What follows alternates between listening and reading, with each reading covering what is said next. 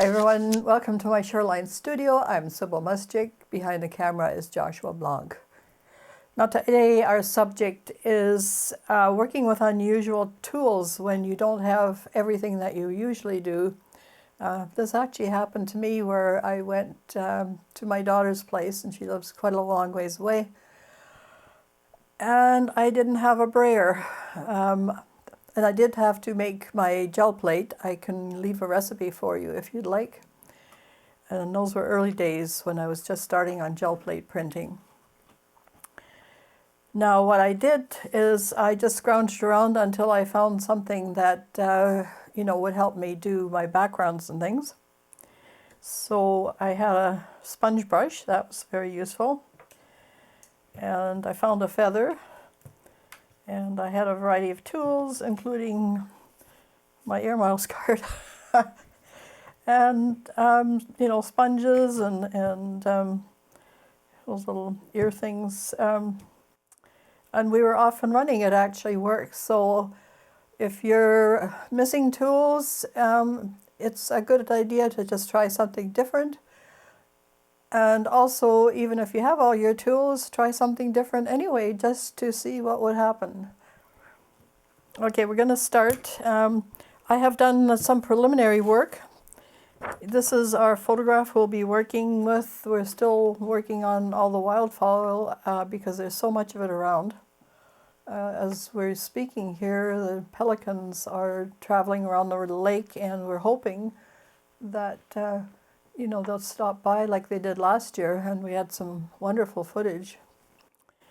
So these are from Scout Island and Williams Lake. And these geese were there for the longest time. Now, I almost wondered if, by the look of the picture, if one of them wasn't stuck in the ice. The ice was melting and breaking up in spots, but all this background is still ice.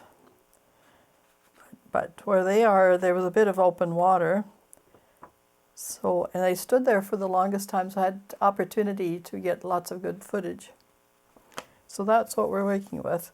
So I already ahead of time did cutout of the geese, and then I worked, this is the craft foam. Then I worked with it and I put texture on both sides because I wasn't sure which side I was using at the time, but we will do it this way. So anyway, so it will actually go this way, because when you print it, it comes in reverse, right? Okay, so to start off with, we're going to see if we can do this background with all our funny tools.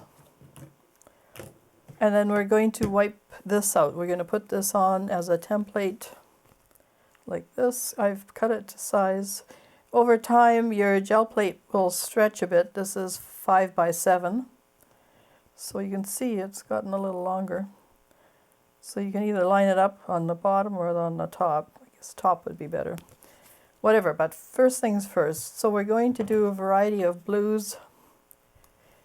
And probably it's best to have a little extra palette for paint so that you can mix things, because you don't have a brayer to roll everything out. So that was phthalo blue. This is a bit of ultramarine. Now the open acrylics last considerably longer than the Amsterdam paints. And I'll add just a little bit of phthalo green on the side here. We'll put those aside for now. And white, of course.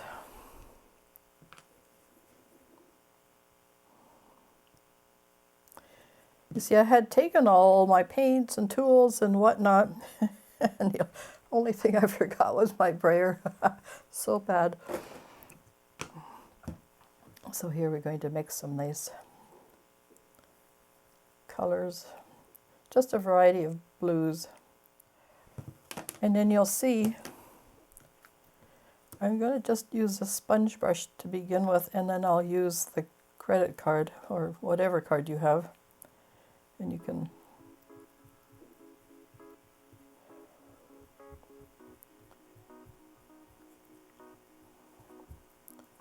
I'm just going to add a little bit of thinner here.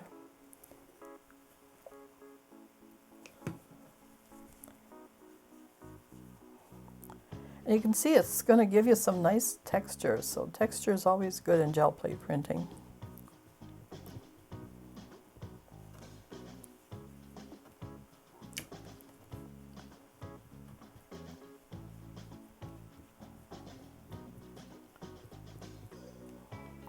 So because this was actually ice, it's not water where you can go down like this and then a few things across, right? It's ice looks different when it's starting to break up. It's smoother. So try and keep, because we're doing multi-layers here, try and keep it thinner. Okay. And then I'll just use a credit card to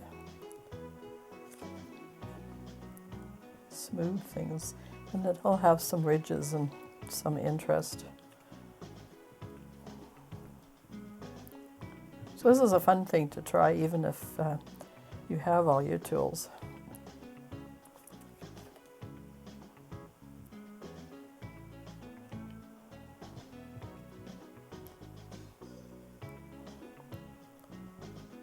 Even open paints will dry eventually. Now that's a little bit too green, so let's just add a little bit more of the phthalo blue and a more opaque color. So go back and forth until you're happy with what's happening on your plate.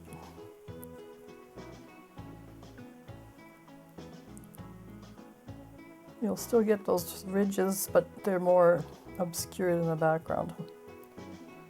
The attention should be on the geese. So we start with this.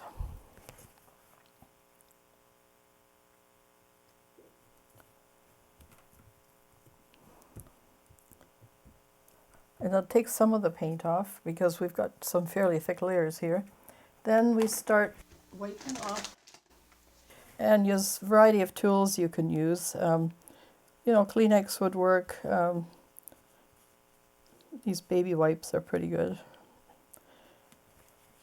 If you leave the background, it will just show up blue when you print it. So everything would be very bluish and you won't get the nice whites that you need for the geese.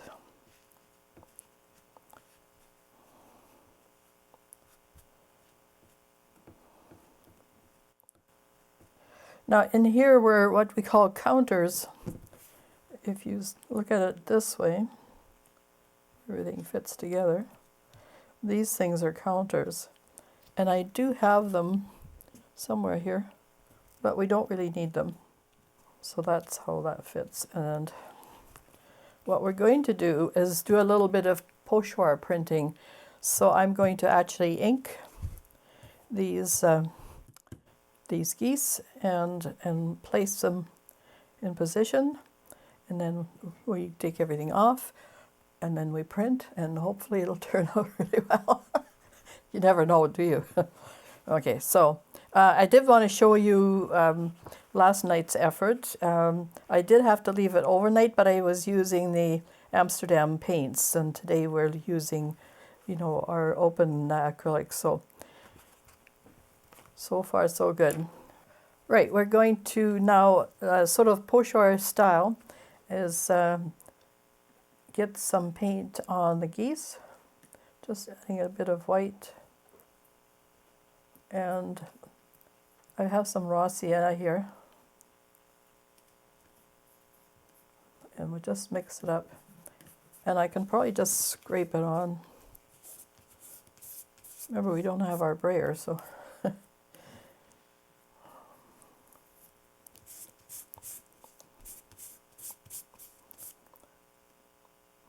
and it won't be perfect, but it'll be, you know, reasonably interesting because.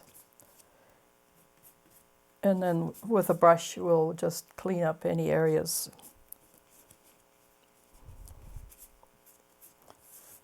but the palette knife works pretty good.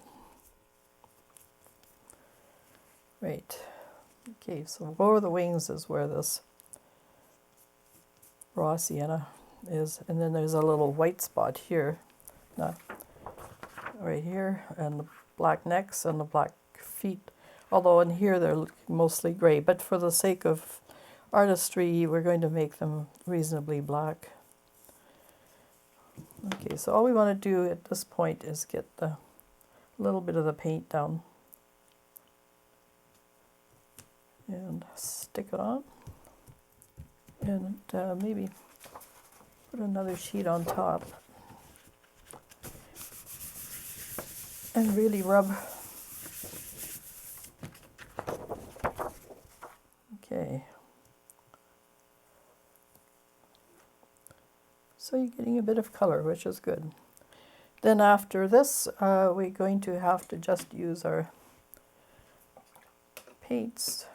So we're going to mix for black, and alizarin crimson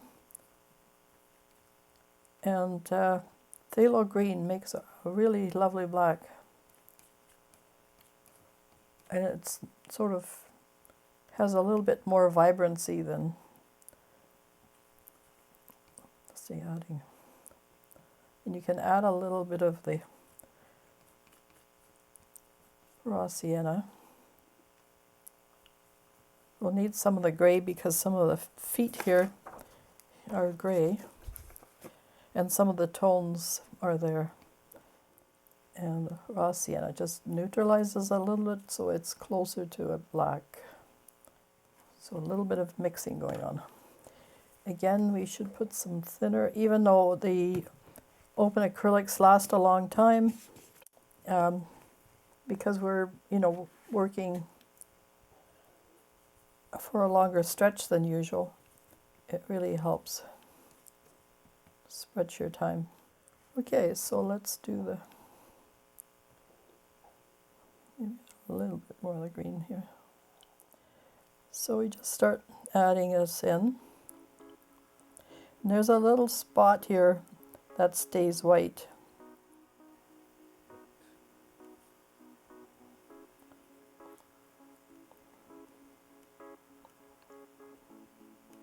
You could try it the pochoir way by, but I think then you'd have a few gaps and you'd be doing it over and over. So just painting it in is okay. Now, with our geese here, we're just going to have to gauge where those feet are. And what I'm going to do is just put the blue in.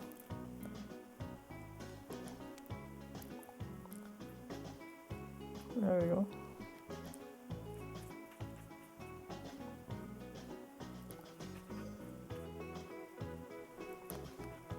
So rest are feet, legs and feet. They have funny feet because they're really big and very wide, but you can't really see it on here. And this is where our gray comes in because they're not totally black. This one's in shadow, that's why it looks like that. Okay, let's carry on here. The other neck. And leaving that little white spot negatively. Just has a sort of strange, like a bell shape.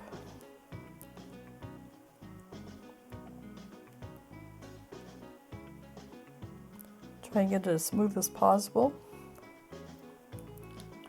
And then we're going to add a little bit of the white for the feet.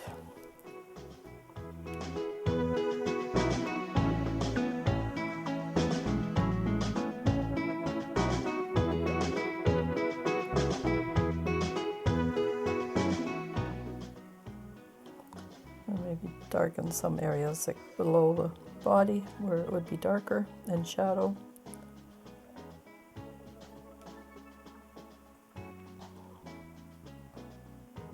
And this forward foot would be more grayer, and this background one would for certain be dark.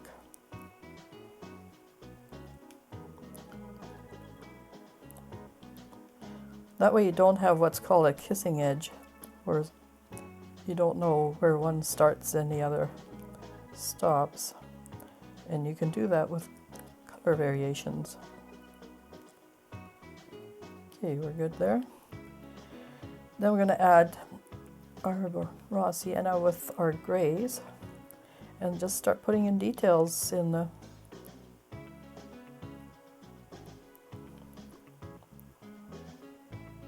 there we go.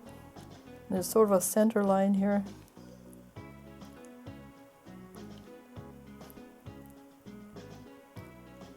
And there's an area in here, it's white. We'll have to lighten that up underneath. Here is sort of this large round area. You won't see that on the background goose. You just see the sort of that middle section. Okay, so we have feathers that go this way. You can spend years studying feathers, you know. There's certain ways they have to be oriented.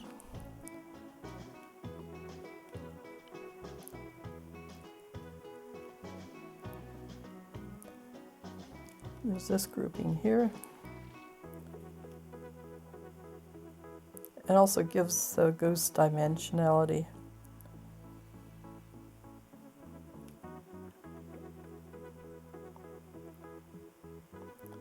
A lot of these details won't show up in the print.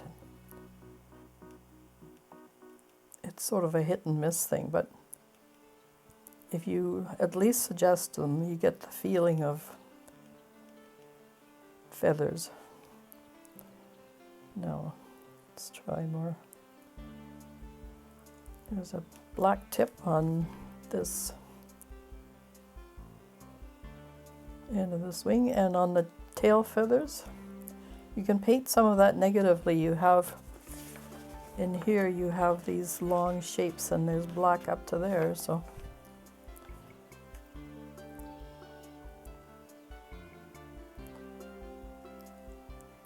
And because we have a bit of red in there, that could be sort of a nice touch.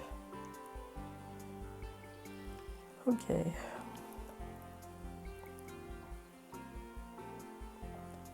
This is just an impression. You're not trying to get, you know, a highly realistic animal here. You want it to have life and movement. And that's the whole point of this exercise. Other than working with tools that are unusual. Okay, so now we can bring in maybe some more details just by scraping into the paint. Got this nice little feather. People used to write with feathers, right? They'd, you know, quills way back when. Not so long ago. There's a little bump here on the top of the leg, and we can indicate some variations. And back in here, you even paint with this thing.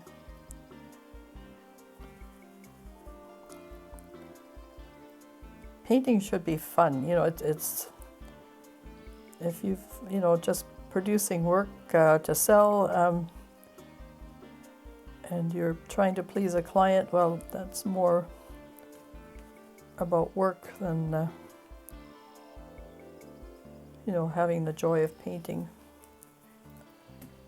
I'm just going to rinse, and then we will get into some white. My brush won't be totally clean because it's the geese, you know, aren't totally white either. So here in the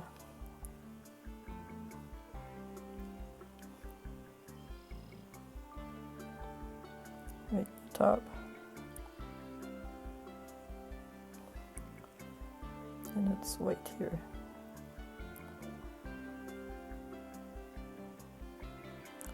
So try and do this as painterly as possible. Now this little part here has a bit of white, and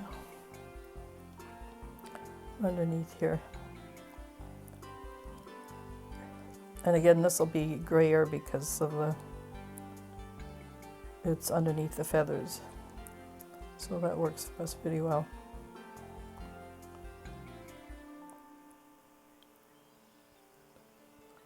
And then don't forget the top part here where the very distinctive marks that geese have. You can instantly tell a Canada goose by this white around the eyes. And because they're so far away, the eyes are somewhere in here. You really can't tell where they are. Not that important. Okay, I think we got most of it here. So I think everything is still wet, and we're going to see if it prints. The nice thing about the open acrylics is you can print right away and nothing will stick. Whereas when you're using the Amsterdam paints, you have to wait for it to dry, then you use a release coat. Not so easy to say. Anyway, okay, so obviously you probably left your baren back at home, right? And so we're just gonna have to just give it a good rub. You can take a peek.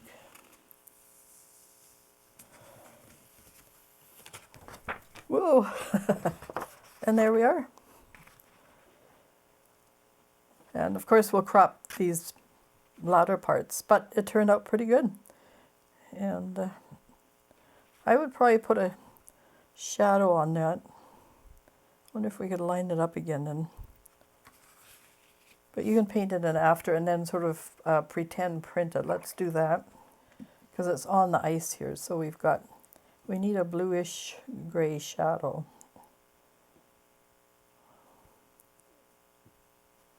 Okay, so I'm just gonna whack that in there.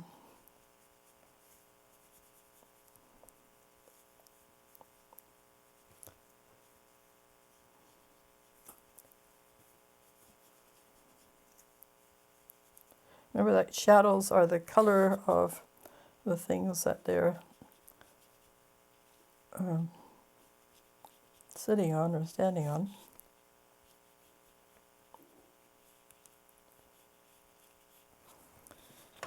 And then you just put it back on your gel plate here, just to give it that print look.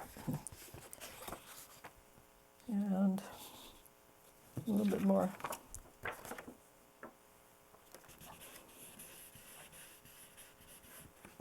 Okay. And that looks good. You could maybe take it down a hair.